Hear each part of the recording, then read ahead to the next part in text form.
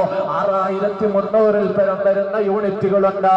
ഞാനൊരു ചെറുപ്പക്കാരന്റെ കഥ പറയട്ടെയോ? എന്റെ നാട്ടിലുള്ള ഒരു ചെറുപ്പക്കാരനാണ്.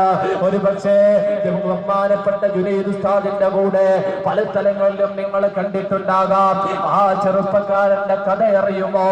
അവനും അവന്റെ ഉമ്മയും മാത്രമാണ് വീട്ടിലുള്ളത്. ആ പ്രിയപ്പെട്ട ഉമ്മയെ 2 മതിലുകൾക്കിടയിൽ 2 സീറ്റുകൾ അടുക്കി വെച്ചിട്ട് ഒരു ചെറിയ വീട്ടിലാണ് ആ പൊന്നുമോനും ഉമ്മയും ജീവിക്കുന്നത്. ആ വീട്ടിലാണ് അവന്റെ ഉമ്മയുടെയും അവന്റെയും മന്തി ഉറക്കമുള്ളത്. ആ പൊന്നുമോന്റെ വീട് ഒരു സുപ്രഭാതത്തില് അയൽ വീട്ടിൽ തീ കത്തിക്കുന്ന സമയത്ത് തീപ്പൊരി ചിതറി വീണിട്ട് ആ വീടങ്ങ് കത്തിപ്പോയപ്പോ, അല്ല ആ കുടിലങ്ങ് കത്തിപ്പോയപ്പോ നാട്ടിലുള്ള ആളുകളൊക്കെ കാണാൻ വന്നു. ഇപ്പൊ തെരഞ്ഞെടുപ്പ് കാലമല്ലേ, എല്ലാവരും വന്ന് നോക്കി.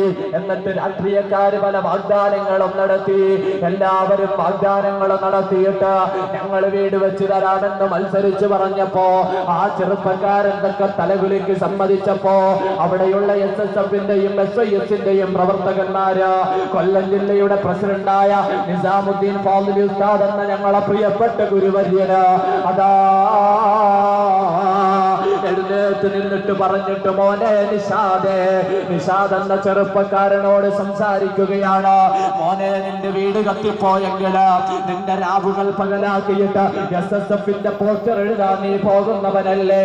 SSFന് വേണ്ടി മതിലുകൾ എഴുതാൻ നീ പോകുന്നവനല്ലേ? നിന്റെ പകലുകളിൽ ജോലികൾ കളഞ്ഞിട്ട് SSFന് വേണ്ടി വീടാന്തരം കയറി ഇറങ്ങിയിട്ട് നോട്ടീസ് വിതരണം നടത്തുകയല്ലേ?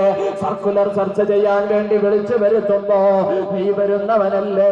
കൊല്ലം ജില്ലയിലെ കരുനാഗപ്പള്ളി ഡിവിഷനിലെ കൊട്ടുകാണെന്ന യൂണിറ്റിലെ സജീവ പ്രവർത്തകനായ നിഷാദിനോട് പറയുമ്പോ അവിടെ ആളുകളൊക്കെ കൂടിയിരിക്കുകയാണ്.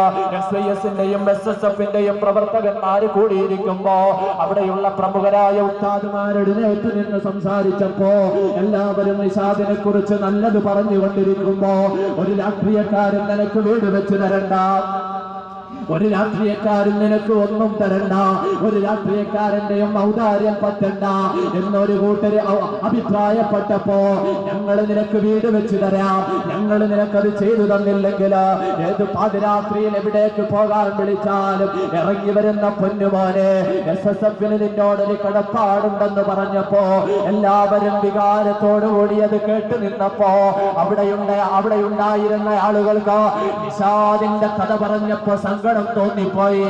പലരുടെയും കണ്ണുകൾ നിറഞ്ഞു കവിഞ്ഞൊഴുകിപ്പോയി. എന്തേ കാരണമെന്നറിയുമോ? ആ പ്രവർത്തകൻ അങ്ങ് എഴുന്നേറ്റു നിന്നു. എല്ലാവരും നിശബ്ദമായിരിക്കുകയാണ്. എല്ലാവരും ശ്വാസമടക്കി പിടിക്കുകയാണ്. ഇവനെന്താണ് പറയാൻ എഴുന്നേറ്റു നിന്നത്? സാധാരണ അങ്ങനെയൊന്നും സംസാരിക്കാത്ത പ്രവർത്തകനാണ്, പ്രകൃതക്കാരനാണ്. അവൻ എന്തിനാണ് എഴുന്നേറ്റ് നിന്നതെന്ന് ചോദിച്ചപ്പോ അവന്റെ കണ്ടമിടറിപ്പോയി, അവന്റെ ശബ്ദമിടറിപ്പോയി. അവന് പറയാൻ കഴിയുന്നില്ല. ഉസ്താദിന്റെ മുഖത്ത് നോക്കിയിട്ട്, ഉസ്താദേ, ഓർമ്മ വച്ച കാലം മുതൽ SSF സിന്ദാബാദ് എന്ന് വിളിക്കാൻ, ധാർമ്മിക വിപ്ലവം സിന്ദാബാദ് എന്ന് വിളിക്കാൻ നിഷാദ് ഇവിടെ റെഡിയാണ്. ഉസ്താദേ, ഉസ്താദിന്റെ കൂടെ ഞാൻ ഇറങ്ങി വരാറില്ലേ? ഉസ്താദിന്റെ കൂടെ ഞാൻ എവിടെയാ വരാത്തത്?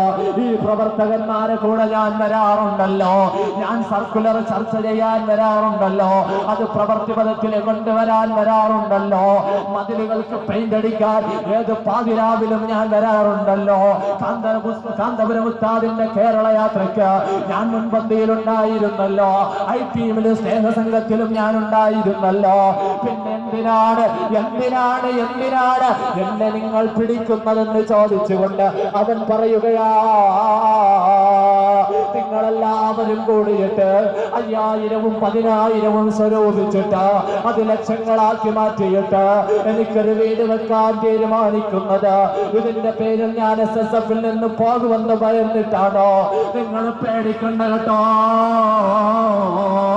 ഞാൻ ഞാൻ SSF പ്രവർത്തിക്കുന്നത്, ഞാൻ SSF മെമ്പറായത്, ഞാൻ സർക്കുലർ ചർച്ച ചെയ്യാൻ പോകുന്നത്, ഞാൻ കൊടിതോരണങ്ങൾ കെട്ടാൻ പോകുന്നത്, ഞാൻ ബുർദ മജ്‌ലിസിൽ പാടാൻ വരുന്നവർക്ക് സേവനം ചെയ്യുന്നത്, ഞാൻ എന്തിനാണ് സിന്ദാബാദ് വിളിക്കുന്നത്?